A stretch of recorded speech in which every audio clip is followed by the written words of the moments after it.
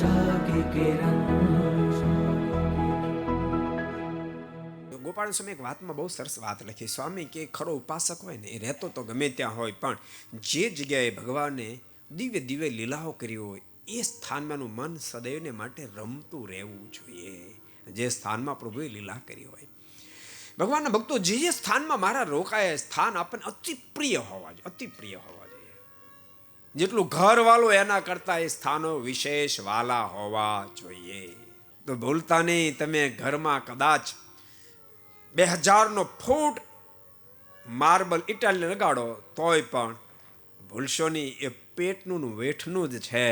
જ્યારે આ મંદિરમાં આપ્યું તો એ પૂરો ખાલી જગ્યા લો, એ ઠેઠનું છે. માટે જરા ટેન્શનમાં નહીં આવવાનું. આને પાછું કેવું ખબર, તમે આપો એટલું ઠાકોરજી અન્ય ગણું તમને પાછું આપે. એ તો તમારી હિંમત નથી ચાલતી, હિંમત નથી ચાલતી. ધર્માદો કાઢે દશો દિવસો ભાગ, બાકી તમે કાઢો ને, ધર્માદો જો કાઢો ને, ભલામણા સારા માણસ ભાગીદાર તરીકે મળે તોય તમને માલામાલ કરી દે. ભગવાનને ભાગીદાર બનો તો હું અધૂરા રહેવા દે? કોજી હું અધૂરા રહેવા દે? को पसंद आया हो तो लाइक करें और शेयर करना मत भूलिए. सब्सक्राइब करें सरदार कथा चैनल को और बेल आइकॉन पर क्लिक करना मत भूलिए लेटेस्ट वीडियो सबसे पहले पाने के लिए.